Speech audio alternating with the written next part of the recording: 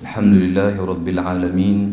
Wassalatu wassalamu ala Muhammadin wa ala alihi wa sahbihi ajma'in.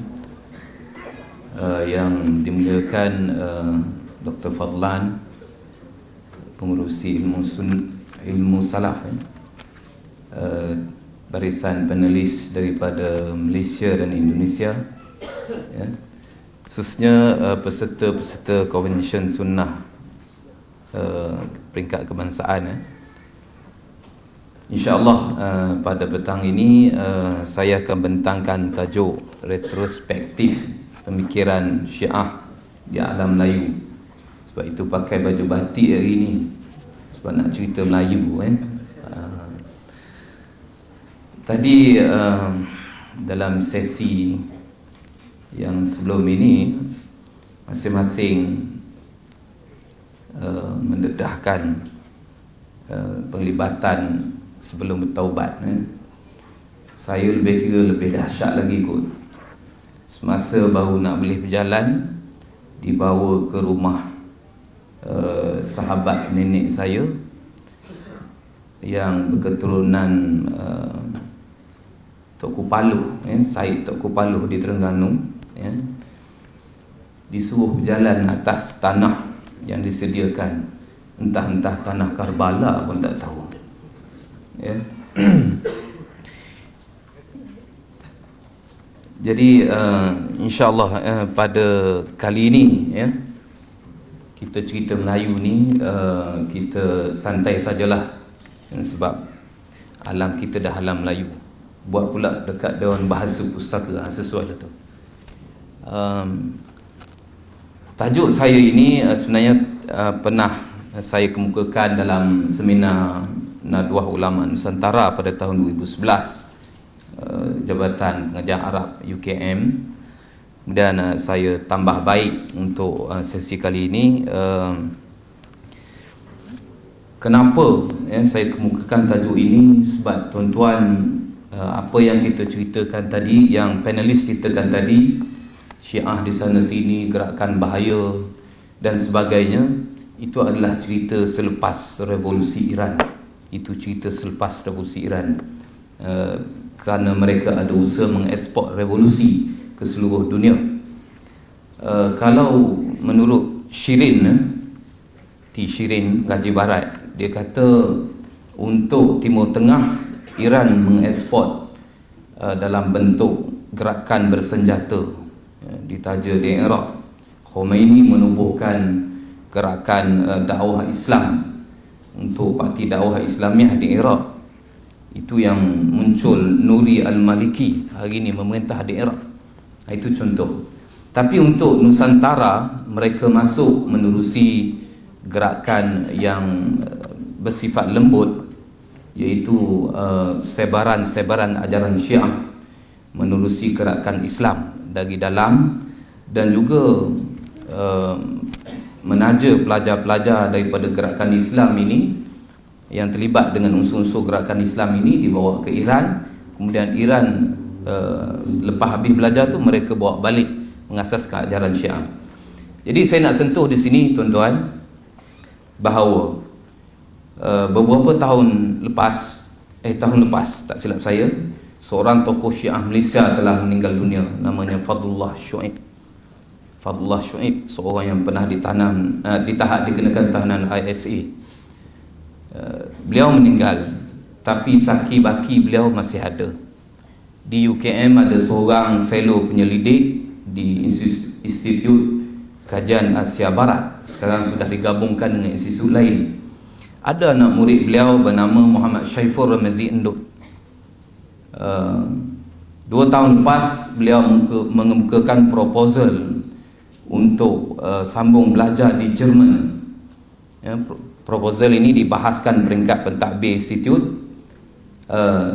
Tajuk dia punya kajian ialah perjuangan orang-orang Syiah di Malaysia. Walau bagaimanapun, menyedari, saya bagi info kepada ada orang dalam di situ.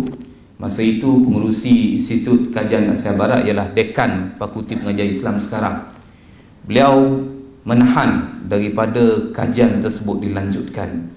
Sebab Syaiful Ramizi Induk ni tuan-tuan, kalau kita kaji dalam semasa hari ini, merupakan anak muda yang menggunakan pena dalam gerakan politik kita. Kalau kita tengok, nama dia Aqil Fitri.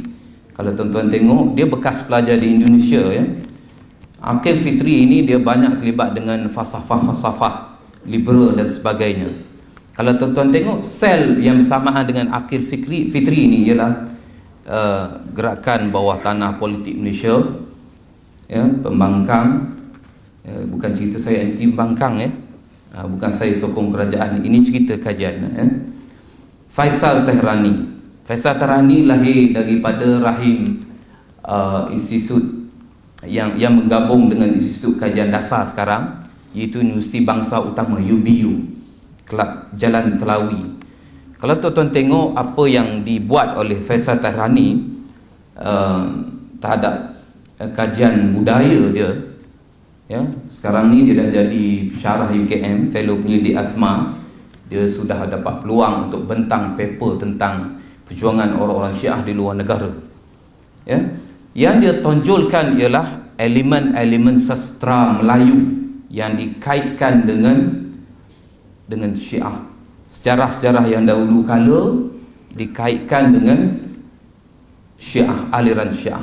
Itu muncul tentang sebongkah batu di Kuala Berang ya? Surat perempuan Johor, syuhada Karbala dan sebagainya. Kecenderungan beliau yang beliau tonjolkan ialah ya, dia mengangkat sastra Melayu itu sebagai sumber kepada aliran Syiah yang terawal di Malaysia. Itu sesuatu beliau ya. Sebab itu kita, kalau orang yang tak menyelami tentang kajian budaya Syiah ini ya, agak ketinggalan. Mungkin kita fokus benda yang dasar-dasar, kita tak nampak dia punya plan ya. Selepas gerakan Hauzah, kemudian yang muncul daripada revolusi Iran, mereka tumpu kepada kajian budaya. Kalau Aqil Fitri, dia pergi kepada kajian-kajian falsafah untuk gerakan anti-establishment, gerakan pembangkang.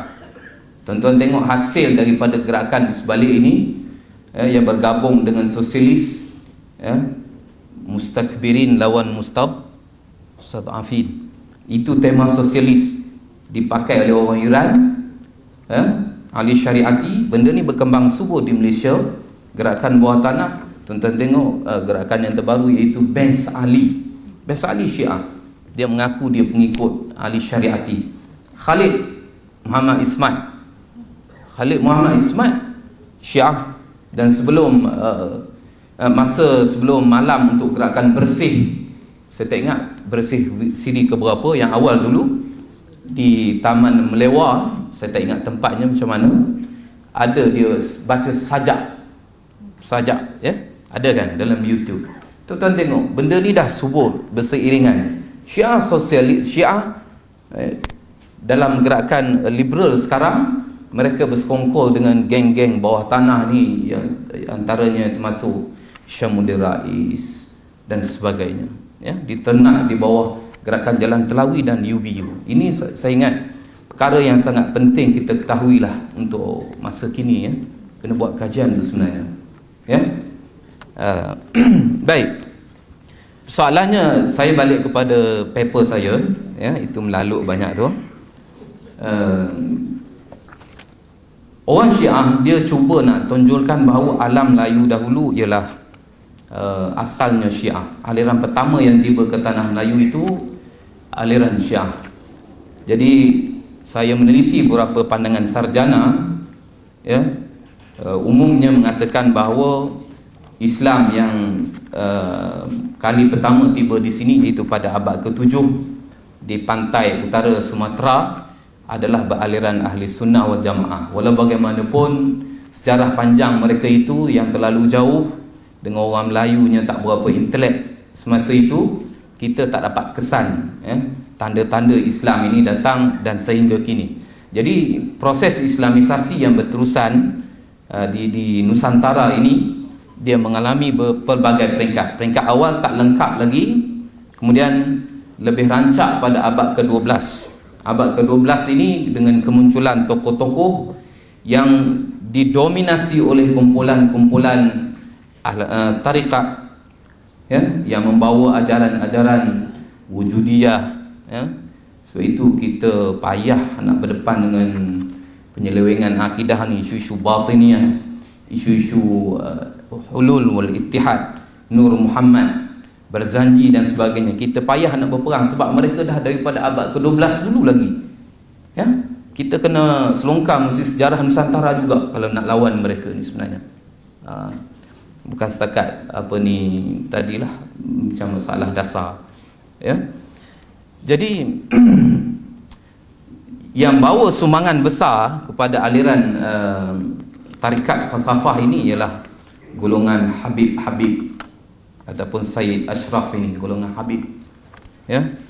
Saya nak beritahu sekarang, fenomena sekarang dengan bantuan media, golongan Habib begitu berleluasa di Malaysia, masuk dalam acara rasmi kerajaan dan sebagainya, ya. Mereka mengaut keuntungan puluhan ribu ringgit, entah ratusan pun tak tahu dah, masuk dalam istana, ya, acara-acara rasmi kerajaan. Golongan Habib ini asal usul mereka ialah daripada Yaman, Hadramaut, ya. Mereka ini adalah anak keturunan Ahmad bin Isa al-Muhajir yang berhijrah dari Basrah ke Yaman pada abad ke-9 ataupun ke-10 hijrah, ya. Dia pergi ke Yaman dan ditaring keluarga ini, ya, mereka menjadi, dia mencair dalam masyarakat. Mereka menyamar dalam, asalnya Ahmad bin Isa al-Muhajir ni adalah Rafidhi.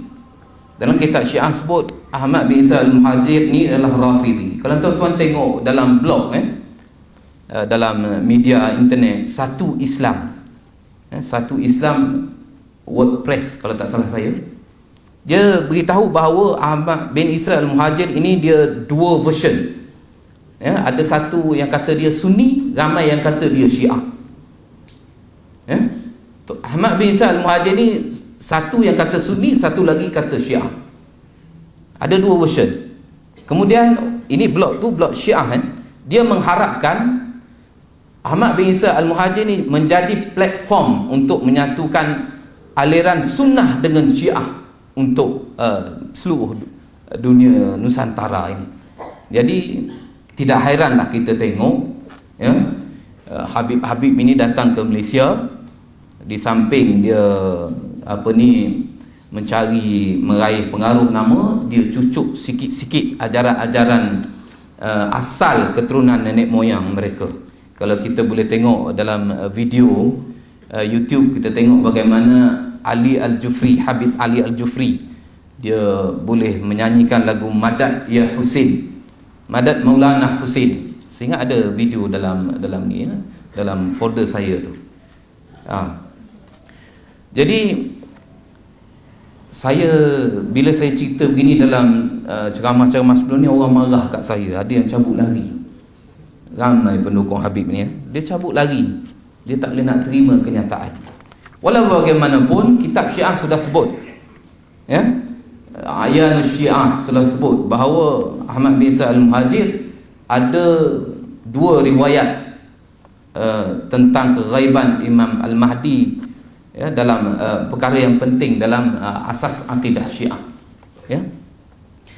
Jadi perkara yang menarik dalam kajian tentang Syiah di Nusantara ini, orang-orang seperti sarjana seperti Yunus Jamil Hashimi, ya, dan juga Mahyudin Yahya, dia tonjolkan tentang bermulanya kerajaan Perlak pada abad ke-9 ataupun ke-10, saya tak ingat, dalam buku saya tu, dalam kertas saya tu ada detail. Kerajaan Perlak ni, mereka mengatakan kerajaan Perlak ini menjadi Syiah setelah seorang Syiah daripada Timur Tengah datang dalam rombongan Nakhoda Khalifah. Dia berkahwin dengan anak raja tempatan, kemudian dia melahirkan anak itu mendirikan kerajaan Syiah. Asal usul kitab yang digunakan, sumber yang digunakan kepada teori ini ialah kitab Izharul Haq fi Mamlakatil Farla. Walau bagaimanapun kajian-kajian terkini mengakui bahawa kerajaan Perlak tidak pernah wujud. Seperti Hasan Ambari kata kerajaan Perlak tak pernah wujud. Itu satu. Yang kedua, ya, Ali bin Muhammad Dibash yang menyertai rombongan Nakhoda Khalifah yang didakwa berkahwin dengan anak Raja Perlak itu, Ali ini dikenali sebagai Ali Al-Kharisi. Dalam kitab Syiah sendiri menyebutkan bahawa Umdatul Talib, kitab itu menyebutkan bahawa Ali Al-Kharisi ini hanya setakat Baghdad dan Ahwas, dan beliau mati di Baghdad, tak pernah sampai pun ke Nusantara. Saya ingat usaha-usaha ini, ya, usaha awal ini yang dirintis ini oleh sejarawan ni, mereka sudah ada usaha nak menonjolkan bahawa Syiah ni sudah lama bertapak di alam Melayu. Benda ni benda mitos, tuan-tuan, ya, dalam sejarah.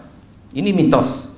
Jadi Faisal Tahrani dia cuba bawa sampai ke peringkat masa besok, kajian-kajian menggali akan sampai kepada bukti-bukti inilah yang menunjukkan bahawa aliran Syiah merupakan aliran yang pertama di tanah Melayu.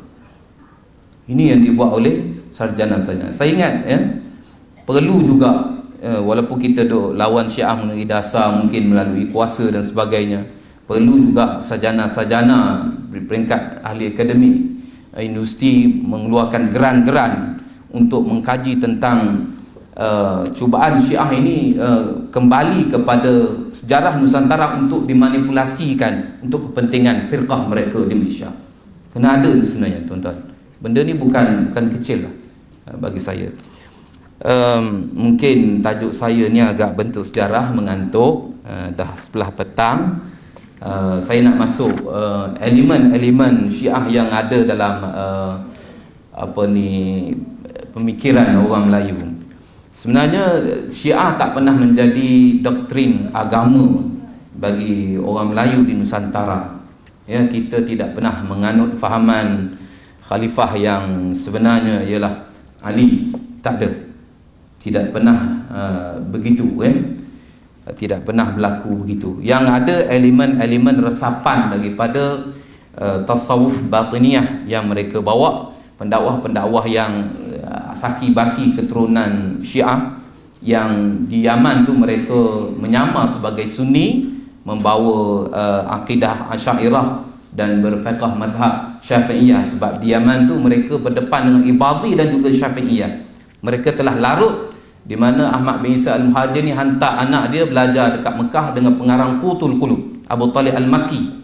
Qutul Qulub balik, dan keturunan selepas itu menjadi dalam rupa tasawuf falsafah. Sebab itu kita tengok banyak elemen-elemen tasawuf falsafah yang sampai kepada kita. Jadi bersamaan dengan ajaran-ajaran tersebut, kita tengok dalam ritual-ritual Melayu, seperti penghormatan yang berlebihan terhadap Ahlul Bait, man batta'a bihi amaluhu lam yusri' nasabuh. Nabi SAW menyebutkan hadis itu, tidak, siapa yang dilambatkan masuk syurga kerana amalan dia, keturunan dia tak boleh mempercepatkan dia masuk syurga, tak boleh masuk. Tapi orang Melayu, cerita Habib ni, cerita Habib-Habib dulu ni memang mereka kagum sangat. Dan Habib ini telah pun masuk bersekutu dengan orang Melayu. Dalam parti-parti tertentu mereka menjadi tokoh-tokoh orang politik Melayu. Tuan-tuan kena faham tu. Itu strategi. Mereka larut dalam nasional Melayu. Dalam orang Melayu, bersemenda dengan orang Melayu. Dan kita lihat golongan-golongan ini didakwa memiliki karamah-karamah tertentu, boleh menyembuhkan penyakit tertentu. Kakak saya dia sakit masa kecil dulu, nama dia baik dah, Nur Aini, dibawa kepada Habib, ditukar nama Zawiyah. Kerana sakit itu, lepas tu dia, sakit tak pulih-pulih pun, Habib yang tukar. Penghormatan begitu tinggi kepada Habib Melayu. Juga dalam ritual-ritual bomong dan juga super power Ali ni, dalam perbomohan dengan berkat Sayyidina Ali, ayat-ayat bomoh. Ya, saya pernah diberitahu oleh orang tua dulu. Dia kata kalau masuk hutan ni takut dengan binatang-binatang liar ini, seperti singa, rimau. Saya sebut nama ibu Sayyidina Ali. Apa kaitan ibu Sayyidina Ali dengan rimau? Rupanya nama ibu Sayyidina Ali itu Fatimah binti Asad. Sampai begitu sekali, ya. Dan banyak lagi lah dalam ritual-ritual seperti Barzanji, ya. Tadi Ustaz Riza menyebutkan beliau tekong Barzanji. Saya rawi Barzanji nombor 2 kebangsaan peringkat maktab. Lagi hebat. Wa usalli wa usallimu ala nuril mawsufil muntaqili. Ya, itu ayat bait Barzanji itu mengenai Nur Muhammad. Dan saya rasa Ustaz Rasul Dahari telah pun menghasilkan kertas kerja yang lengkap lah mengenai penyelewengan Barzanji dan kaitan-kaitan dengan ajaran batiniah dan juga Syiah. Ya, banyak lagi unsur insan kamil dalam tasawuf, falsafah dan sebagainya. Kita memerlukan masa yang panjanglah untuk penelitian mengenai perkara-perkara tersebut. Jadi saya cuba nak highlightkan di sini kajian tentang Nusantara ini sangat penting sebenarnya dalam berhadapan dengan Syiah. Kita tak boleh berdepan dengan secara kuasa sahaja sebenarnya. Gerakan ilmu pun bukan kepada dasar sahaja. Mereka perlu, kita semua ni perlu kepada gerakan-gerakan menghala kepada kajian budaya Melayu jugalah, untuk menepis propaganda dan juga serangan-serangan daripada pihak Syiah. Jadi saya rasa mungkin cukup saja di situ celoteh saya yang tidak seberapa ini. Mudah-mudahan apa yang saya ceritakan ini merupakan perkongsian yang sangat bermanfaatlah kepada tuan-tuan. Aqulu ma tasma'una aqulu qawli hadza wa astaghfirullah li wa lakum. Wassalamualaikum warahmatullahi wabarakatuh.